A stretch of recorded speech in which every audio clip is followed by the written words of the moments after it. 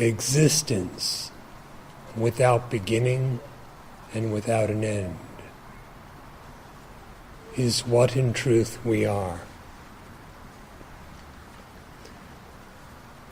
This is self-evident for anyone who ceases to misidentify the self with the body.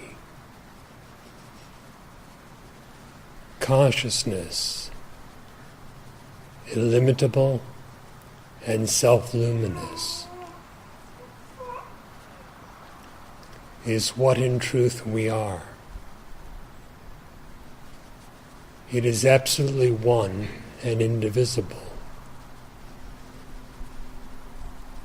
This is self-evident for anyone who ceases to misidentify with the mind, that is to say, thought.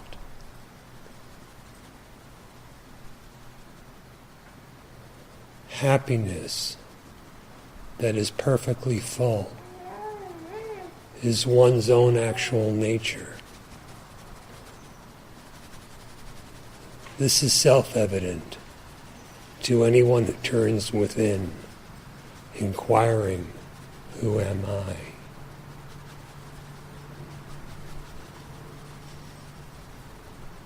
Why consider the unborn and imperishable, formless existence that you are to be as if bound up in a body, or as if it were defined by what pertains to the body?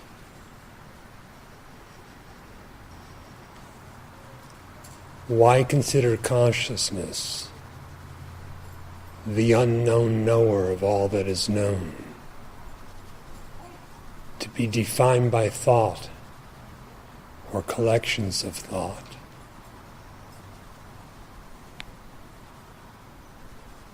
Why consider your own existence infinite and eternal, to be individualized, as if it were an ego entity?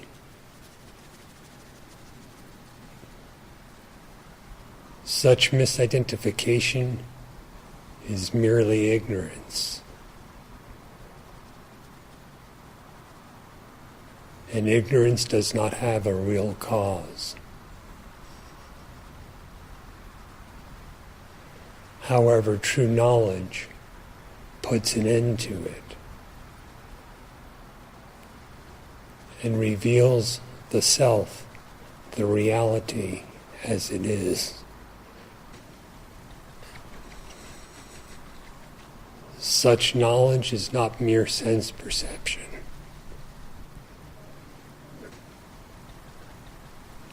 And such knowledge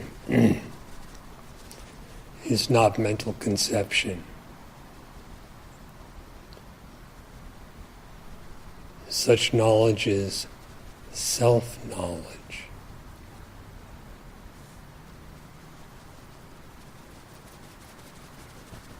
If you are not the body, what are you?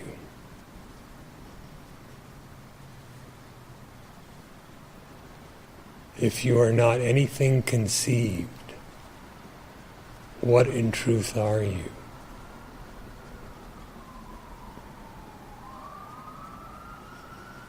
The inconceivable knowledge of the very nature of the inquirer is alone the answer to the inquiry, who am I?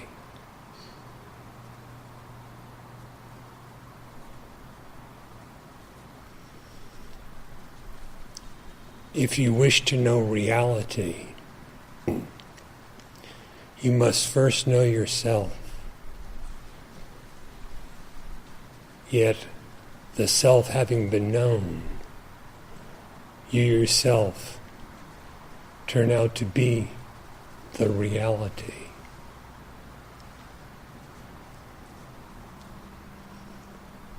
If we wish to see God, we must first see the seer.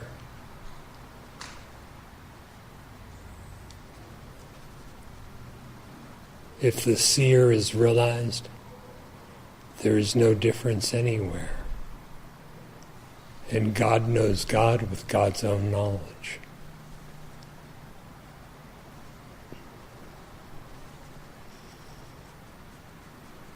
If you wish to realize the self, you must first find out who it is that is attempting to realize.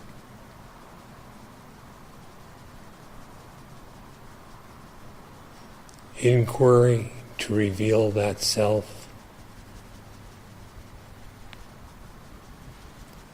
shows that there is only one self, and not the self and yourself,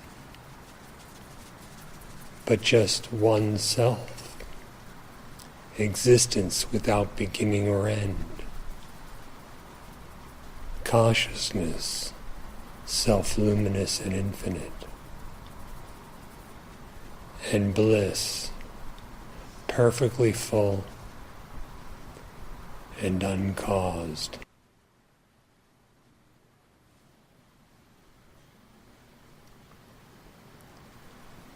Without knowledge of oneself, what actually is the knowledge of anything else?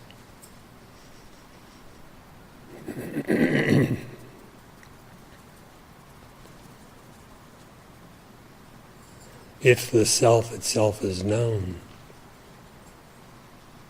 what else is there to know?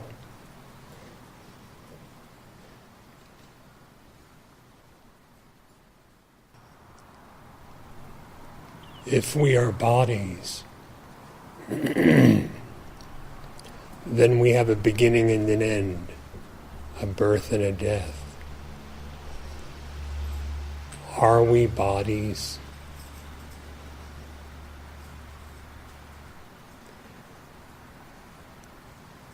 If we are bodies or embodied beings, then we are we.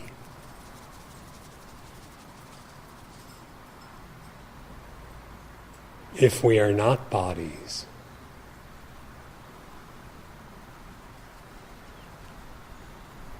then what is the sense of the idea of we?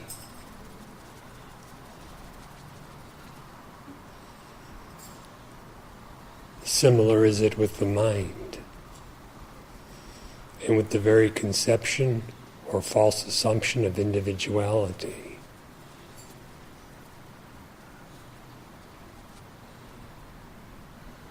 If we are defined by such, then there's Jagat Jiva Para, the universe, the individual, and the supreme. If we are not to be defined by such,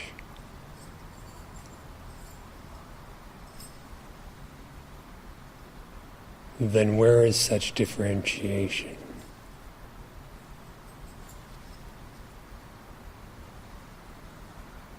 Know yourself.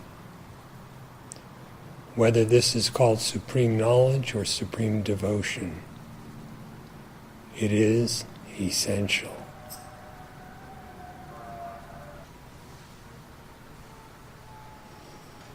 Your bliss and your immortality are here.